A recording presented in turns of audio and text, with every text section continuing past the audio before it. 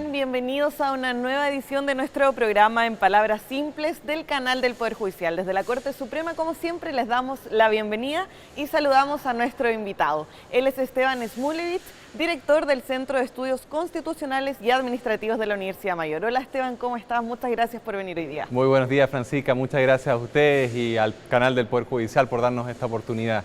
Perfecto, y junto a Sebastián, como siempre, vamos a hacer esta conversación, ¿cierto? Y nos vas a contar de qué vamos a hablar hoy. Sí, hola Francisca, hola Esteban. Hola Sebastián. Hoy día vamos a hablar del Tribunal Constitucional, ese órgano de nuestro Estado que tiene un poder bastante importante, que juega un rol bastante importante en la parte legislativa, ya que ellos son los encargados primero de declarar si es que algún proyecto de ley es inconstitucional o si después una ley no es aplicable. Pero para introducir un poco mejor este tema, los invito a ver en la siguiente cápsula. El Tribunal Constitucional es el encargado de ejercer el control de los actos de los poderes públicos, específicamente del Poder Legislativo y del Ejecutivo, que atenten contra los principios establecidos en la Constitución. Es por esta razón que dentro de sus facultades puede declarar la inconstitucionalidad o el incumplimiento de un decreto o resolución. Este fue el caso en diciembre de 2016, cuando determinó que es inconstitucional la aplicación del artículo de la Ley Emilia, que establece la obligación de cumplir 1 año de cárcel para quienes hayan causado lesiones gravísimas o muerte. ¿Cómo el Tribunal Constitucional puede ejercer esta facultad y en qué casos? Bueno, Esteban, muchas gracias nuevamente por estar hoy con nosotros y lo veíamos dentro de esta información, ¿cierto? Este fallo de la Ley Emilia, en donde el Tribunal Constitucional declaró inaplicable, ¿cierto? Por la condena, que es mínimo 1 año, y entonces se hace comparación con otros delitos, por ejemplo, el homicidio o la violación, que no tienen esta condena mínima, por así decirlo. Bueno, eso es parte de las atribuciones más interesantes que tiene el Tribunal Constitucional y que se le traspasa de la Corte Suprema el año 2005 mediante las reformas constitucionales de ese año, en que el Tribunal Constitucional puede declarar inaplicable para un caso en particular y a partir de una gestión pendiente que se esté conociendo ante un tribunal ordinario o especial, un cierto precepto legal por estimar que su aplicación en ese caso en particular, produce efectos contrarios a la Constitución. El precepto legal, la norma legal, sigue estando vigente para el resto de los casos, para el resto de las personas y situaciones, pero en ese caso en particular, dadas las particularidades de ese caso en particular, el juez que está conociendo de un caso penal en esta materia, ¿cierto? Un juez de garantía, un tribunal de juicio oral en lo penal, no podrá aplicarla y tendrá que resolver de conformidad a otras normas del ordenamiento jurídico. Esta es una atribución muy importante porque permite que el Tribunal Constitucional vele porque la aplicación que hacen los órganos jurisdiccionales, el Poder Judicial, de las normas legales y los ciudadanos sea conforme a la Constitución. Por ejemplo, ¿qué pasa si dentro de esta misma ley este tribunal declara inaplicable una condena, ¿cierto? Por ejemplo, más de 3 veces. El tribunal ahí puede declarar inconstitucional, ¿cierto?, esta ley, esta norma, ¿o no? No es que declare inaplicable una condena, ¿cierto? Es un precepto legal cuya aplicación produce efectos contrarios a la Constitución. El Tribunal Constitucional no puede tener interferencia en el caso en particular, en la decisión que es soberana del juez, ¿cierto? De la oral, de familia, del crimen, o juzgados de garantía o tribunales de juicio oral en lo penal. Entonces lo que hace es decir, hay una aplicación de una cierta norma legal que está produciendo efectos contrarios a la Constitución, en ese caso en particular por las particularidades, los hechos concretos de ese caso, es un control concreto. Y basta con que lo haya declarado una vez inaplicable como para que luego, de oficio o a petición de cualquier persona en una acción pública, pueda declararlo inconstitucional ahora con efectos generales para todas las personas y el precepto entonces, precepto legal, queda expulsado del ordenamiento jurídico a partir de la publicación de la sentencia del Tribunal Constitucional en el diario oficial. O sea, ¿quiere decir que en estos minutos una persona podría llegar y pedir que se declare inconstitucional la Ley Emilia, por ejemplo? Efectivamente, basta una sentencia de inaplicabilidad y luego cualquier persona mediante una acción pública o de oficio el Tribunal Constitucional puede declarar la inconstitucionalidad. Yo encuentro muy interesante este órgano específico del Estado, ya que tiene que velar por una cosa que no es menor, que es la aplicación, cómo se aplica la Constitución, cómo se defienden nuestros derechos. O sea, tiene que ver un tema súper importante que es nuestra Carta Magna como república. Sin embargo, yo creo que lo que me gustaría ahondar es cómo funciona dentro de este organismo para poder llegar a decir en este caso la ley Emilia, oye, ¿sabes que esto de darle un año a la persona que tenga que estar obligatoriamente preso es algo inconstitucional? ¿Por dónde pasan? ¿Cuáles son los razonamientos? ¿Por dónde se mueve el tema para llegar ahí? Bueno, el Tribunal Constitucional tiene 16 atribuciones que están establecidas en el artículo 93 de la Constitución. Por lo tanto, para revisar el procedimiento, Sebastián, tendríamos que ir viendo una por una las atribuciones. Tendríamos que ir sacando, claro, tendríamos que ir estar un poquito revisando más rato de lo que una por una nos da. las atribuciones. En el caso de la inaplicabilidad que está regulada en el artículo 93, número 6 de la Constitución y además en las normas respectivas de la Ley Orgánica Constitucional del Tribunal Constitucional, tenemos que el proceso se inicia por un requerimiento de alguna de las partes que es parte en la gestión pendiente, ¿cierto? En el caso en concreto en donde se va a aplicar el precepto legal que se está impugnando, o bien por el juez que está conociendo del caso. O sea, por ejemplo, en este caso la persona que fue víctima, bueno, en este caso la ley Emilia fue efectivamente la persona que estaba siendo condenada, pero también esa atribución la puede tener un juez. Efectivamente, el mismo juez del caso, no cualquiera, Y ¿cierto? se presenta esto, llega, y ahí, ¿quiénes son los que tienen que ver si es aplicable o no? Tenemos un triple, tres etapas, digamos, Ya, ¿cierto? tres Un triple proceso. Tenemos un primer control que está establecido en la ley orgánica, que es la admisión a trámite, que lo revisa la sala. Una sala, porque hay dos salas, por 5 ministros, cinco ¿cierto? ministros. Mínimo 4, si es que faltara alguno. Hay un sistema de ministros suplentes también. Bueno, Perfecto. no es necesario que entremos en todos los Sí, detalles, pero no, tenemos claro.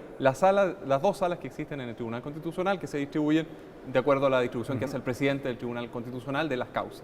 Entonces, hay una sala que va a conocer la admisión a trámite y la admisibilidad, que son los requisitos formales, ¿cierto? Que haya Este sido es el primer trámite. el Es decir, primer trámite. aquí, a ver, ¿esto clasifica para que lo veamos o no Exactamente. clasifica para que lo veamos? Exactamente. Entonces, la admisión a trámite es una primera etapa muy formal, que haya sido presentado por parte legitimada, ¿cierto? Partes de la gestión o el juez, que sea respecto a un precepto legal vigente, tiene que ser una norma legal, no puede ser, por ejemplo, una norma reglamentaria, ¿cierto? No puede ser un auto Es como acordado. que se respete el debido proceso, por así decirlo. Es que se ¿no? cumpla la formalidad La inicial, formalidad, ¿cierto? Para entrar ya. a conocer el fondo del asunto. Luego la admisibilidad se hace un control un poquito más sustantivo que tiene que ver con la debida fundamentación del requerimiento.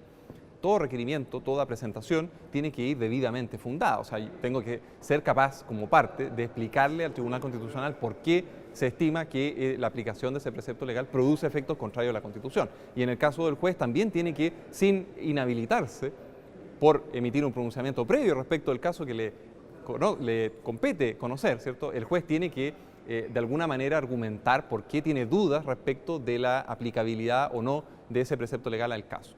Luego pasamos a la tercera etapa, que es la decisión de fondo, que ahí ya compete, ¿cierto?, al Pleno del Tribunal Constitucional por mayoría. Mayoría se debe declarar la inaplicabilidad del precepto legal. Si no se obtiene ese quórum, entonces no se puede declarar la inaplicabilidad y eso ya es decisión del Pleno. Los 10 ministros del Tribunal Constitucional. Perfecto, y en este sentido, ¿cuál es la diferencia de declarar inaplicabilidad o inconstitucionalidad? Porque son dos cosas Totalmente distintas. La inaplicabilidad es un control concreto que produce efectos relativos para el caso particular. Solo afecta a las partes de ese caso particular, produce el efecto, ¿cierto?, para el juez o jueza que le toca conocer de ese caso y que es de prohibición de aplicar el precepto legal que ha sido declarado inaplicable por el Tribunal Constitucional. La norma legal sigue vigente para el resto del ordenamiento jurídico, para el resto de los casos, para el resto de las personas. Por lo tanto, tenemos diferencias en cuanto a los legitimados activos, las partes o el juez del caso, en cuanto a los efectos, en cuanto a la naturaleza del procedimiento, en cuanto al razonamiento, porque es un control concreto. Se trata de verificar la aplicación del precepto legal y sus efectos en el caso en particular. El Tribunal Constitucional tiene que entrar a conocer, aunque sea someramente, aunque sea brevemente, de los hechos del caso, de las particularidades del caso. En cambio, en la inconstitucionalidad se presenta por cualquier persona o de oficio por el propio Tribunal Constitucional, que es una situación excepcional. Los tribunales en general actúan a requerimiento de una parte, no actúan de oficio, pero en este caso, dado que se produce una contradicción en general, en abstracto del precepto legal con la Constitución, puede hacerlo de oficio el Tribunal Constitucional. Los efectos también son distintos porque produce efectos generales. El precepto queda expulsado, derogado del ordenamiento jurídico a partir de la publicación de la sentencia en el diario oficial. Entonces es un procedimiento totalmente distinto, el control es abstracto en este segundo caso de la inconstitucionalidad porque se trata de contrastar el texto del precepto legal con el texto y su interpretación de la Constitución. Y no hay que ver alguna situación, un caso en particular.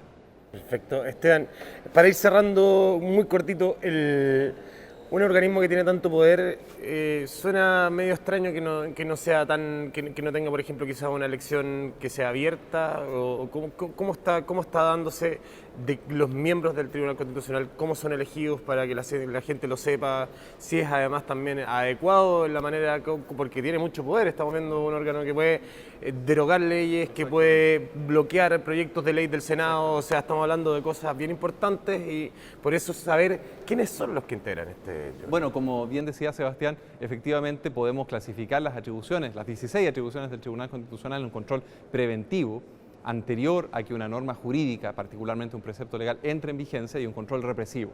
Hay otras atribuciones específicas que tiene el Tribunal Constitucional, como resolver contiendas de competencia, inhabilidades de parlamentarios, pronunciarse respecto de la solicitud de renuncia al presidente de la República. Tiene muchas atribuciones, pero las más importantes son las que hemos mencionado: el control preventivo de proyectos de ley y el control represivo, inaplicabilidad inconstitucionalidad. En ese sentido, luego de la reforma del 2005, se cambió también el nombramiento del Tribunal Constitucional. Los 10 ministros son nombrados por los 3 poderes del Estado: 3 por el presidente de la República, 3 por la Corte Suprema y 4 por el Congreso Nacional. 2 directamente por el Senado, 2 nombrados por el Senado a propuesta previa de la Cámara de Diputados. En ese sentido, la Corte Suprema, por ejemplo, ha avanzado mucho en la transparencia del proceso de nombramiento de los 3 ministros del tribunal que le corresponde nombrar, porque hace una preselección de candidatos que cumplen el requisito constitucional, que es ser abogado y tener además 15 años de destacada trayectoria profesional, académica o pública. Y la Corte Suprema hace una preselección de 5 nombres y los somete a una audiencia pública, abierta, que incluso es televisada por el canal justamente del Poder Judicial, y que luego entonces todos podemos ver los méritos, los antecedentes. Claro. En cambio, los otros poderes del Estado todavía no han avanzado en la transparencia y correcta probidad, como lo señala el artículo 8º de la Constitución, en el proceso de nombramiento de los ministros del Tribunal Constitucional. Falta un poco abrir eso. Falta abrir eso, y lo otro que se ha estado debatiendo en los últimos tiempos, ¿cierto?, es el sistema de responsabilidad de los ministros del Tribunal Constitucional.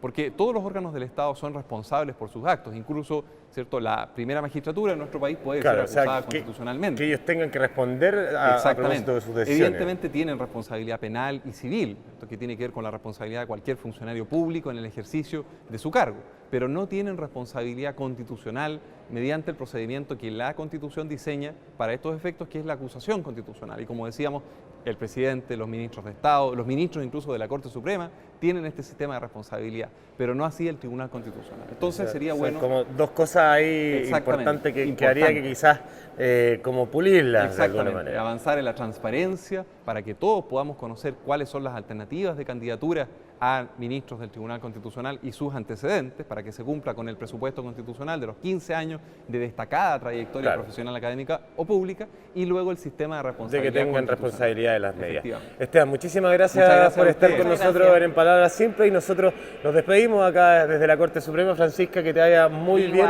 y como siempre dejando los invitados que revisen nuestras plataformas digitales y también nuestra página www.poderjudicialtv.cl. Que estén muy bien. Muchas gracias. Hasta luego. Hasta luego.